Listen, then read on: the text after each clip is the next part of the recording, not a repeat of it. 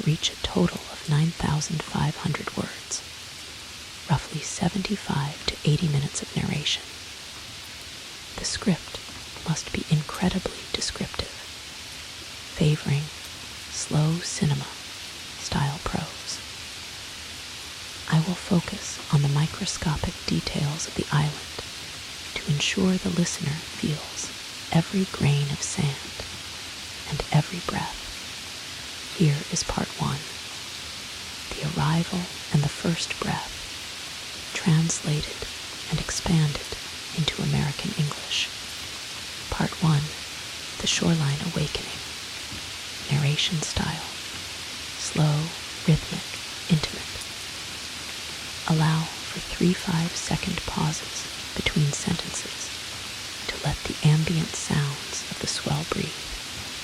The first thing I feel is not sight, but warmth. A golden, diffused heat pressing gently against my eyelids, inviting me back to the world. I am lying where the earth meets the infinite. Underneath my palms, the sand is a masterpiece of texture, millions of tiny, sun-bleached crystals, silk-soft and yielding.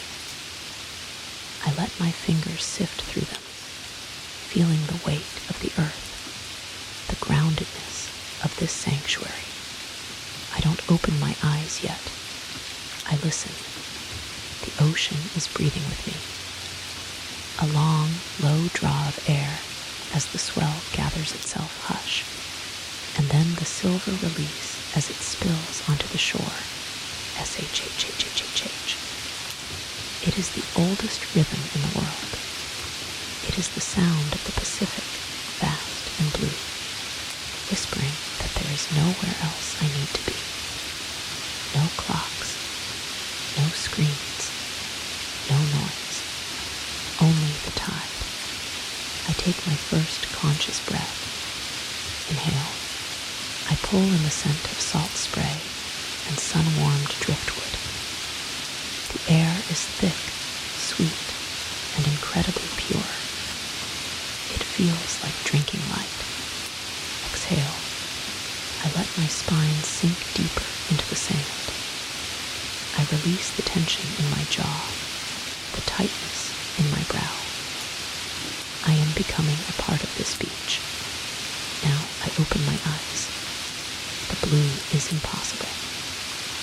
It starts as a pale, translucent turquoise at the water's edge, clear enough to see the ribbed patterns of the sand beneath. Further out, it deepens into a rich, electric cerulean, then finally settles into a heavy, royal sapphire at the horizon line. There is no seam between the sea and the sky. They are one. I watch a single wave form. It begins as a dark line far out, a gentle hump of energy traveling through the deep. It rises, catches the sunlight in its translucent crest, and curls over like a glass scroll. When it breaks, it isn't a crash, it's a crumble. A soft, bubbling hiss of white foam that races up the slope toward me, stopping just inches from my feet. I pull my toes back, feeling the cool, damp kiss of the receding water. It pulls at the sand beneath me, a tiny, magnetic tug that reminds me I am tethered to this turning world. To my left, the island begins. The jungle doesn't just grow, it breathes. The palm fronds are long, elegant fingers swaying in the trade winds. They click and rustle, a dry, percussive melody that dances over the top of the waves.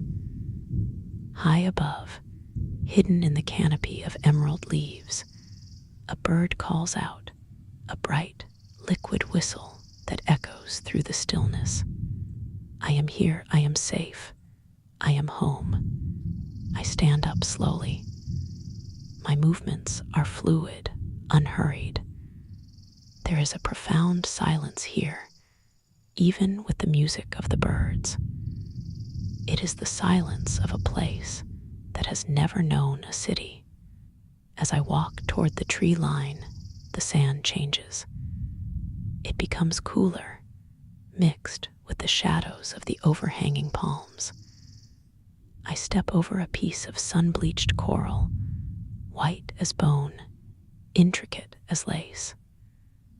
I pause to look at it. How many years did it take for the ocean to carve this? I realize that time here is measured in centuries, not minutes. I reach the edge of the forest. The temperature drops 5 degrees instantly. It is a delicious, humid cool. The air here smells different, heavy, with the scent of crushed ferns, damp earth, and the dizzying perfume of wild jasmine. Inhale deep into the belly. I feel the oxygen revitalizing every cell in my lungs. Exhale. I let go of the last remnants of the world I left behind. I see a trail.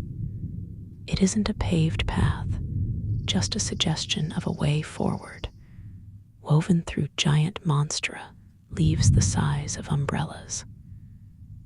I reach out and touch a leaf. It is cool, waxy, and vibrant with life. I can feel the pulse of the island in its veins. I am moving deeper now. The sound of the ocean is still there, but it has changed. It's muffled by the thick vegetation, becoming a low-frequency hum, a heartbeat that vibrates in my chest rather than my ears. The birds are louder here. I hear the flutter of wings. A flash of scarlet feathers disappears into the high branches. I find a flat, moss-covered rock near a small spring. I sit. I listen to the drip, drip, drip of the fresh water meeting the pool. It is a perfect counterpoint to the distant swell of the sea.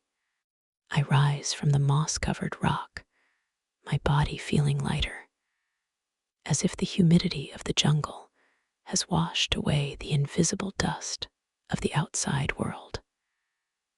I follow the sound of the trickling spring. The path narrows, woven with silver-barked trees that lean toward one another, creating a natural cathedral of emerald and gold. Then the canopy opens. I step out onto a ledge of smooth, sun-bleached limestone. Below me lies a hidden lagoon, a perfect circle of water, so still it looks like a fallen piece of the sky. It is protected from the open ocean by a high crescent of volcanic rock, which mutes the roar of the outer Swell into a rhythmic, distant hum, a bass note that vibrates in the soles of my feet. The light here is different. It doesn't just fall, it glows. The sun is directly overhead now, and its rays pierce the surface of the lagoon in straight, shimmering columns of white fire. I can see everything. The white sand floor of the pool, 20 feet below, is etched with shifting grids of light. Inhale. I breathe in the scent of wet stone and wild orchids. Exhale. I let my gaze settle on the center of the water. I begin to descend a natural staircase of rock. My movements are deliberate.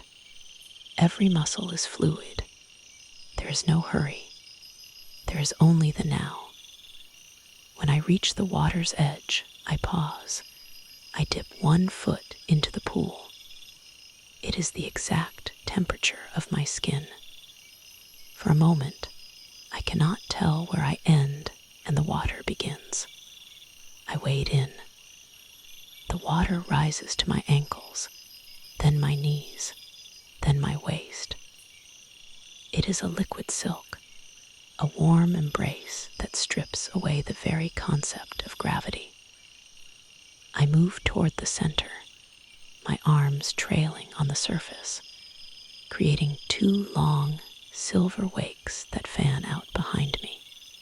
I stop when the water reaches my chest. I am suspended. Inhale. I feel the expansion of my ribs against the gentle pressure of the lagoon. Exhale. I sink a little deeper, letting the water cradle my shoulders. I look down through the crystal clarity. Small, neon blue fish dart around my legs like living sparks. They are unafraid. In this place, there is no predator, no prey. There is only the shared pulse of the island. I see a fan of purple sea coral swaying in a current I cannot feel, its movement as slow and graceful as a dream. I close my eyes. I am no longer a person with a name, a job, or a history. I am a heartbeat in a pool of light. I am the silence between two waves. I begin to float. I lean back, letting the water take my head, my ears submerged. The world of air disappears. Now, the sound of the island is internal. I hear the clack-clack of pebbles shifting on the lagoon floor. I hear the low-frequency thrum of the earth itself. It is the sound of absolute safety. Inhale. The air above is a cool contrast to the warmth of the water. Exhale. I am floating on a mirror. I stay here for what feels like hours, though time has no meaning in the sanctuary of light. My mind is as clear as the water beneath me. Every thought that enters, about yesterday, about tomorrow, I treat like a small leaf falling onto the surface of this pool. I watch it drift, I watch it soak, and I watch it sink slowly to the bottom, leaving the surface perfectly still once more. The sun continues its slow arc. The columns of light in the water shift their angles. I feel a surge of positive energy, a golden warmth spreading from my solar plexus to my fingertips. It is a quiet power. It is the power of being completely, unapologetically present. I am the lagoon. I am the light. I am the calm. I emerge from the lagoon, the water shedding from my skin like diamonds. I don't dry myself. I let the tropical air do the work as I begin the final ascent toward the island's spine. The trail climbs steeply now, through a forest of ancient ferns that reached their height before humans ever walked the earth. The air thins slightly, becoming crisper, charged with the energy of the heights. My breath is steady. My heart beats with a strong, rhythmic purpose. Inhale, strength. Exhale, effortless movement. I reach the summit, the solar zenith. Suddenly, the world expands. From this height, I can see the entire circumference of my world. The island is a jewel of intense green set in an infinite field of cobalt. The reef surrounds us like a ring of turquoise fire, breaking the deep ocean swells into white lines of lace that never end. The wind here is a living thing. It is the trade wind, traveling thousands of miles across the open Pacific to reach this exact point. It rushes past my ears with a soft, hollow roar. carries the smell of distant rain and ancient salt. I stand at the very edge of the peak, my arms wide. Inhale, I drink in the entire horizon. Exhale, I release any remaining smallness, any lingering doubt. Up here, I see the sound of the swell from a new perspective. I see the sets of waves moving in perfect, mathematical lines toward the shore. They are like the pages of a book being turned by the hand of the wind. Each one is a pulse of energy. Each one is a reminder that life is a series of waves, some large, some small, but all part of the same magnificent ocean. The sun is at its highest point, a brilliant white eye in the center of the sky. I turn my face toward it. I feel the light recharging my spirit. I am a solar battery, soaking up the ancient energy of the star. This is the peak of my journey. Here, between the deep blue of the sea and the endless blue of the sky, I find the absolute center of myself. I begin my descent from the summit, leaving the wind of the heights behind. As I move down the leeward side of the mountain, the air grows still and heavy. It is a different kind of silence, not the void of the heights, but a silence filled with the weight of perfume. I enter the valley of flowers. Here, the canopy thins, allowing the golden afternoon light to spill onto the forest floor in pools of liquid amber. I am walking through a sea of color. To my left, wild ginger plants thrust their scarlet torches toward the sky. To my right, thickets of white frangipani drop their blossoms, carpeting the earth in soft, creamy stars. Inhale, the scent is overwhelming. It is honey, citrus, and ancient earth all at once. Exhale, I feel my heart center opening, softening with every step. I reach out and touch a petal of a giant blue orchid. It feels like damp velvet.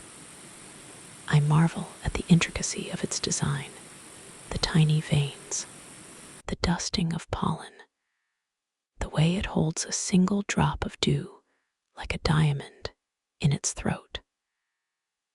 I realize that the same intelligence that designed this flower is the one breathing through me right now. I find a natural clearing where the grass is as soft as a hand-woven rug. I lie down. Above me, the sky is framed by the dark green lace of tree ferns. A butterfly, its wings a shimmering iridescent indigo, dances in a shaft of light. It doesn't struggle, it simply rides the thermals. Inhale, I am light as the butterfly. Exhale, I am heavy as the earth beneath me. The positive energy I gathered at the summit is now circulating through my limbs. It feels like a warm, golden honey flowing through my veins, smoothing out any jagged edges left in my spirit. I am no longer doing anything. I am simply being. I am a flower in this valley, rooted in peace, reaching for the light. I leave the valley as the sun begins its long, slow lean toward the western horizon. I return to the shore, but the beach has transformed. The white sand of the morning is now a sheet of hammered gold. The tide is coming in. The sound of the swell has deepened. It is no longer a whisper. It is a chant. The waves are larger now, carrying the momentum of the cooling ocean. They hit the outer reef with a muffled thrum that echoes in the hollow of my chest. I walk along the water's edge. The wet sand reflects the sky so perfectly that I feel like I am walking on clouds. The colors are shifting with every minute from gold to orange, from orange to a bruised, magnificent violet. Inhale, I breathe in the cooling dusk. Exhale, I release the day. I watch the waves. This is the sonic history of the world. Each swell has traveled thousands of miles, carrying the memory of the deep. I stand still and let a wave wash over my feet. The water is cooler now, refreshing and sharp. As it recedes, it pulls the sand from under my heels, a gentle reminder to let go of everything that no longer serves me. The sun touches the water. For a moment, the world is on fire. A green flash flickers at the last second of the horizon, a signature of the island's magic. Then, the first star appears. Night falls like a velvet curtain, but it is not dark. The sky above is a crowded map of ancient light. The Milky Way is a river of silver dust stretching from one horizon to the other. I return to my original spot on the sand. It still holds a ghost of the day's warmth. I lie back and look up. The vastness of the universe does not make me feel small. It makes me feel infinite. I am a part of this constellation.